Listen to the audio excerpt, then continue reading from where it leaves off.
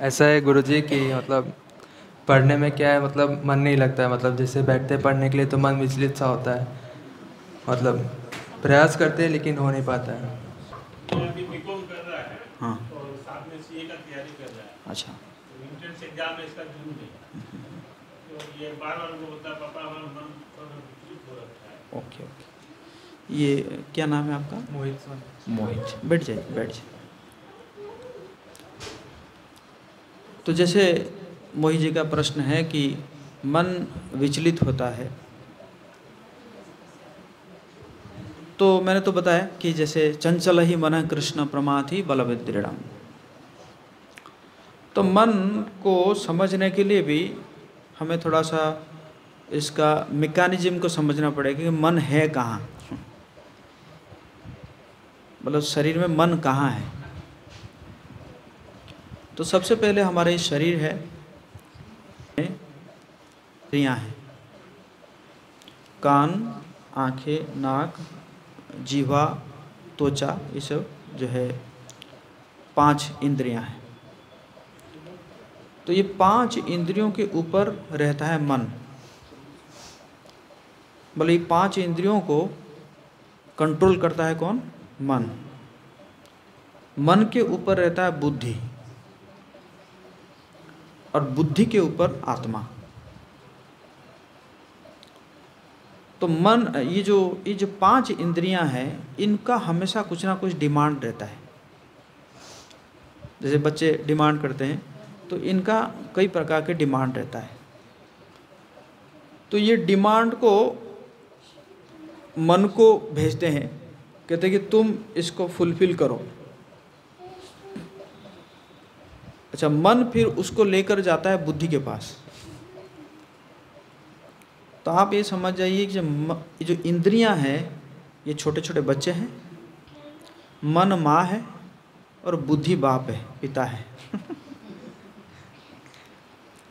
तो जैसे बच्चे क्या करते हैं, कुछ डिमांड करते हैं तो माँ उसको सुनती है और सुनने के बाद फिर उसको लेकर पिताजी के पास जाती है। वो कहती है कि ऐसे बच्चे डिमांड कर रहे हैं तो क्या किया जाए, उनको किया जाए कि नहीं किया जाए। तो पिता देखता है कि करना चाहिए कि नहीं करना चाहिए। करना चाहिए तो वो दे देता है, नहीं करना चाहिए तो मना करता है, नहीं नहीं अभी ऐसे नहीं करने की ज़रूरत नहीं है।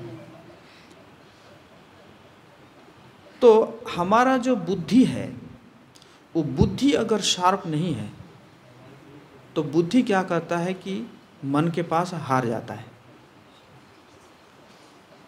तो फिर क्या होता है कि वो इंद्रियां जो भी डिमांड करते हैं उस डिमांड को फुलफिल करना पड़ता है। फॉर एग्जाम्पल, कल आपका एग्ज़ाम है और आज आपका जो समय है बहुत ही इम्पोर्टेंट है। इसी समय किसी का फ़ोन आ गया, कहता कि देखो आज रात को 8 बजे फलाना चैनल में बढ़िया मूवी आ रहा है और बड़ा हिट मूवी, उस समय हिट था, देखना चाहिए। तो ये सुना कौन? कान सुना। कान सुना तो आंखें भी तरस रहा है देखने के लिए। है कि नहीं? तो ये क्या किया, मन के पास पहुंचाएंगे चीज़ों को, फिर मन लेके बुद्धि के पास जाएगा। अब मन बुद्धि में होगा तर्क। बुद्धि पहले कहेगा कि कल तो एग्ज़ाम है, क्या ज़रूरत है। तो मन कहेगा कि नहीं, 2 घंटे का तो काम है, 2 घंटा देख लेंगे तो क्या हो जाएगा, इतना समय तो पड़ा हुआ है।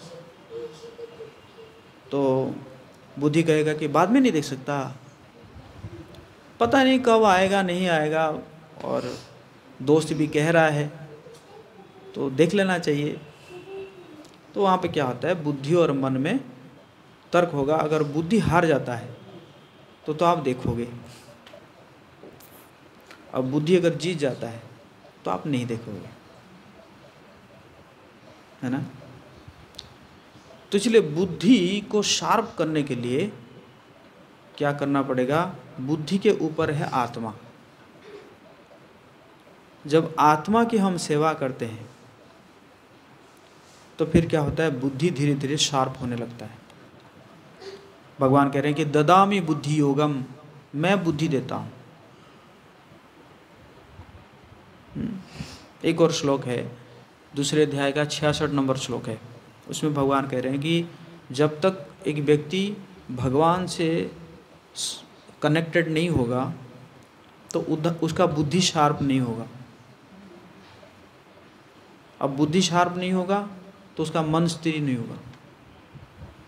मन स्थिर नहीं होगा तो उसको शांति नहीं मिलेगी, और शांति नहीं मिलेगी तो उसको सुख भी नहीं मिलेगा। दूसरे अध्याय का 66 नंबर श्लोक पढ़ सकते हैं आप जाके।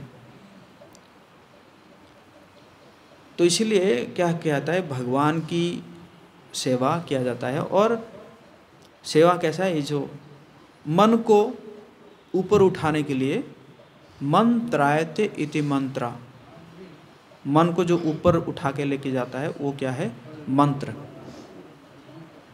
तो आप जो है कुछ समय मंत्रा मेडिटेशन कर सकते हैं। जैसे जो मंत्र है हरे कृष्णा, इसको कुछ समय बैठकर 108 बार 108 बार जो है उसको बोलिए और सुनिए, बोलिए और सुनिए। मतलब दैट जो ट्रांसडेंटल साउंड वाइब्रेशन ये जब कान में घुसेगा ना तो धीरे धीरे मन जो है उसे उठेगा। दूसरा चीज़ है कि मन को हमेशा चाहिए वैरायटी, है ना। Variety is the mother of enjoyment. जैसे फॉर एग्जांपल आपको अगर रोज़ चावल दाल लौकी की सब्ज़ी, चावल दाल लौकी का सब्ज़ी, चावल दाल लौकी का सब्ज़ी अगर रोज़ दिया जाए तो पक जाएंगे ना आप। कहीं एक गोचर खा जाते जाते कुछ फास्ट फूड खा के आते हैं या बाहर से कुछ खा के आते हैं कि नहीं। मन को हमेशा चाहिए वैरायटी। तो उसी प्रकार जैसे आप पढ़ाई में बैठते हैं तो पढ़ाई में अगर एक जगह में एक ही पोस्चर में एक ही किताब को आप अगर एक ही समय में ऐसे पढ़ते रहते ना तो मन भी पक जाता है। ए क्या कर रहा है, सिर्फ यही काम है क्या। देखा जाए तो मन क्या है, मन एक छोटा बच्चा है। इसको एक खिलौना दे दीजिए, खेलेगा 1-2 घंटे के लिए खेलेगा, उसके बाद रिजेक्ट, नया चाहिए।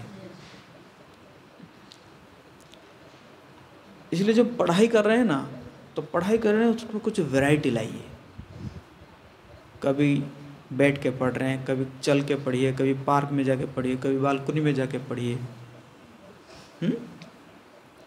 और कुछ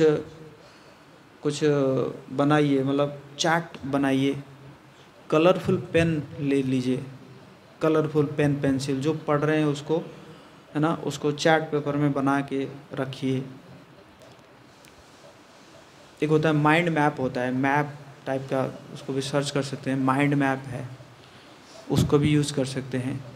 तो इसी प्रकार मतलब आपको क्या करना पड़ेगा, इसको अलग अलग वैरायटी देना पड़ेगा, ताकि क्या होगा, मन जो है उसमें उसको आनंद मिलेगा। समझ रहे हैं मेरी बातों को। तो इस प्रकार जो है आप करेंगे तो होगा। तो पढ़ाई तो करनी है।